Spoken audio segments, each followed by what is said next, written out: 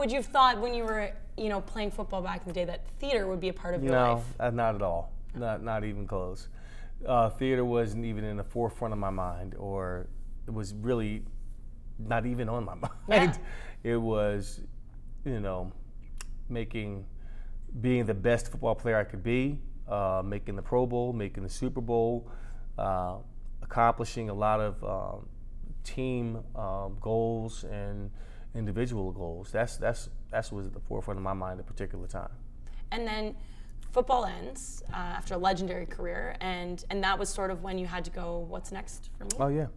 What was next? I had to figure out, who I was, what I wanted to do, the things I wanted to get involved in, something that I could be passionate about and would do for free. Wouldn't do it for free, but had the feeling that I would do it for free. So it would feel like work.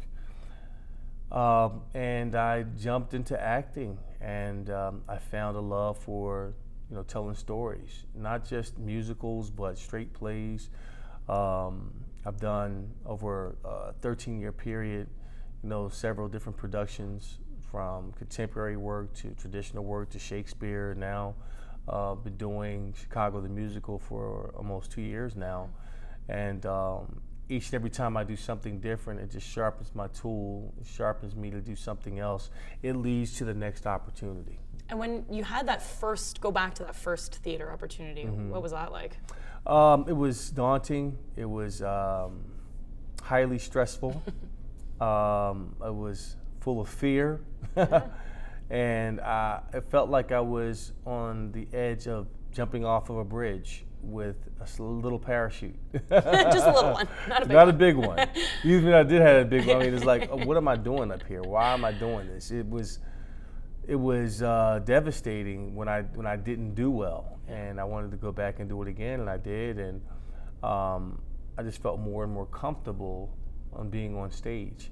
And I still get nervous because it means something to me, but when I'm out there, I just allow the character to do his thing.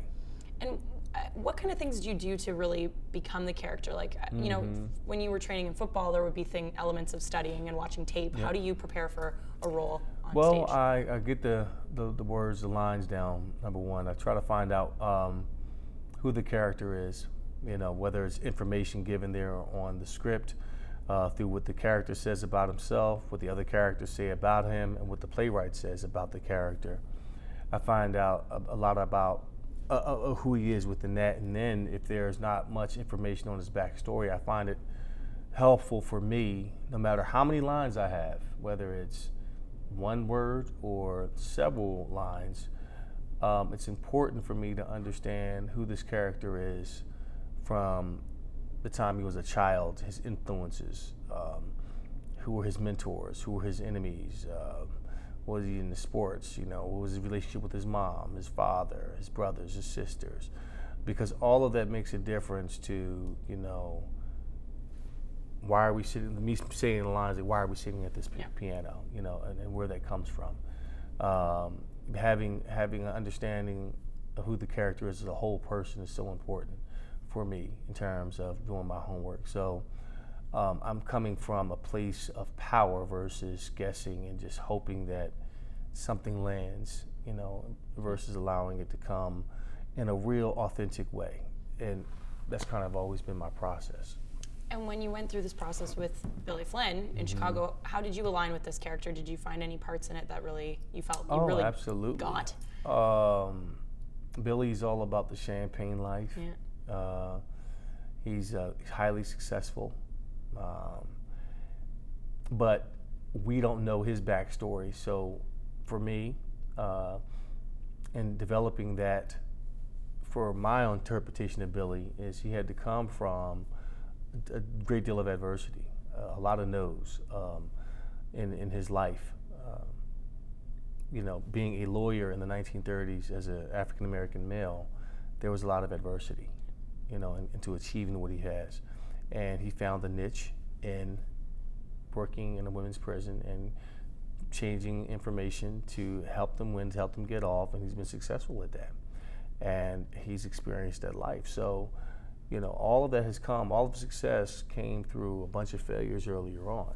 So me knowing that, it's coming from a different place. So how I interact with a Roxy or a Velma or Hanyak or whoever is on stage, in my mind is you're $5,000, you're $5,000, you're $5,000. There's no intimacy at all, within all of that. It's business first. Don't get me wrong, I love the ladies, but it's business first. He's very cut and dry when it comes to that. There is no, it's as funny as it sounds, there's no moral issue. Right. He's not going to blur the lines with women in his work. So I can get it from a discipline standpoint of what he, how he's become successful in his career. What's been your biggest challenge with this character, like in terms, or maybe on stage in general? Like, is it the singing, the dancing? Is it learning the lines? Like, what do you struggle with or work at the most? Well, I'm not a traditional singer, so I'm always working on my voice. I'm always working on the songs. That's what I'm always going to do. Okay. I think it's just allowing the character to grow. You can fall into a law, into thinking that you know it so well that you can just go out, do it, and be on cruise control. Yeah. And that is not fair to the audience that's never seen you before. I approach it with a newness, with a new approach every night, constantly looking for different ways of different choices, if you will, for each different show, because it means something different. Always looking for more meat off the bone. Yeah. That's the challenge. It's not just relying on muscle memory and just getting to the show, so we can get to 2 o'clock. Yeah, for sure. So it's really being fully vested into that moment in time. Is the rush of going on stage in a new place, would you compare that to going out on the fields on Sunday? Oh, absolutely. Yeah. More so on stage than playing football, because it's that build up. I mean, his intro, I think, is the greatest intro in all of theater. So you come out with a ton of energy and it's being like shot out of a cannon, and you have to carry that through, and that's always exciting. So it's a great deal of energy that's being built up and projected out once you get started and get going. What skill do you think directly came from football that you think has helped you in this part of your career? Work ethic. Yeah. Work ethic. In acting, and in other endeavors that I've encountered in my life, it's understanding that rejection and the no's lead to the other opportunities. You gotta be comfortable with being told that you're not the right fit for a particular role, or if you do it, you put so much into an audition and you don't hear anything back at all. No feedback. Like, well, how was it? It's tough. It's like, dang, I thought I nailed it. Right. And then you're like, well, am I in the right profession? Should I be doing this? Maybe I should sell insurance. You know what I'm saying? That's kind of what you do. So it's been getting used to that, and you go in, you put your best foot forward, you leave everything out there, and for that brief moment, whether you get the part or not, you live that part for that time being. And if you get the recurring opportunities, then so be it. But it's just constantly showing up and having the faith and keep working and keep chipping away, keep working your craft, keep developing, keep growing, keep being open, and that hopefully that break will happen. Has there been a role that you've sort of eyeballed now that you really would love to, if you could have your dream role on stage, what it might be? I think right now I would love to get back into Shakespeare. Yeah. I would love to play the role of Richard III. That he has a physical element that I haven't yet had the opportunity as an actor explore. I would love to delve into that, and Richard is evil, with evil intent, but in his eyes it's justified. You don't seem very evil. It's going to be tough. And you got to dive into that. But that's the key. You know, is it evil or is it my destiny? Is it righteous? And killing you in order to get what I want makes it okay. And I'm used to doing that. Yeah, I've been used to doing that. In order for me to score, I had to run through somebody's throat to get that. And there was no problem with that, and it's justified. And you understand that. You understand the rules of war. So you can be a nice person, but at the end of the day, if we're engaged in a certain environment where I have to kill you to get what I want, those are the rules. Get it done. You just do it with a smile on your face. And then everyone forgets. Forgive and forget. Right. A little bit off track, but I have to ask because I saw it. Super cool. You got to stand with Sheryl Crow and get the towel going for Game 7. Didn't go the way I'm sure you were hoping, but you're a big Nashville Predator fan, living in Nashville? Yeah, big Predator fan, Predator and Flyer fan. Yeah, I can't forget my Philadelphia roots. I right. got the Predators jersey on, but then underneath is the Philadelphia Flyers going through. Nice. And both teams, my God, the Flyers out in the first round. Yeah.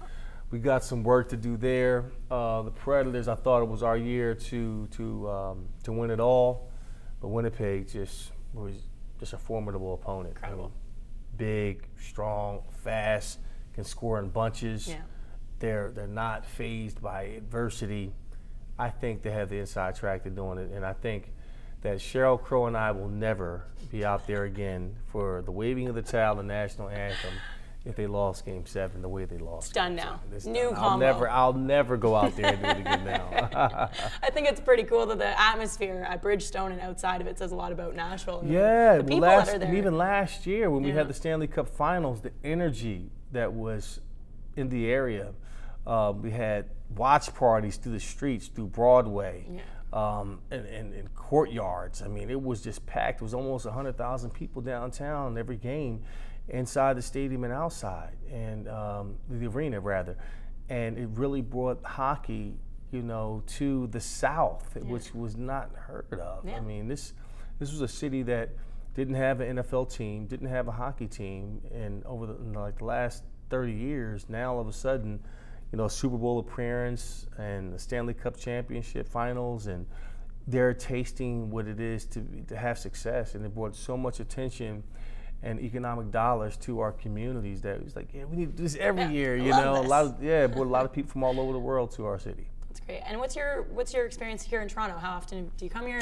Actually, I was here in Toronto last December for an event. It was a charity event, and I really have grown fond of Toronto. I came here years ago with my oldest son, who's now 21. Brought him to a Jay-Z concert here in town. So Toronto is like a really cool city. It kind of reminds me of a cleaner version of Chicago. It's got a lot to offer. Yeah, a lot to offer. Great food, great people, great sights. The weather in the summer is really great. Hopefully, yes. Yeah. So, cool. It's been great. That's fantastic. And one thing I just want to ask is, do you have any superstitions before you go on stage, or any routines you have to do before you head out there, just to sort of prepare? I do my vocal warm up. Yeah. I'll do some stretching, some light yoga, and when I put the outfit on or I put my costume on, I'm already in character. I'm there, and I just so happen the stage is just another room I'm going into. So. Steve, what's wrong? Is that the emergency alert thing? It's so they're testing a new emergency alert system in Ontario, and it just went off. It works. Yeah, it's working. Well, people complained that the test didn't work and last time. I'll have to let them know what happened during our interview. Sorry about that, Eddie. So when you're in, you say uniform, but it is a uniform in a sense. Well, just a different one, right? It's a different one, but I'm on stage once I'm in my dressing room, and it's not like that's the first time going on stage. Again, I'm coming from some places, Billy Flynn. I'm just going into another room, and I'm leaving, going somewhere else. So that's kind of how I view it. Yeah. Cool. That's great. Thank you so much, Eddie. All right, not a really problem. A pleasure Thank you. to meet Thank you very much. And thanks for chatting.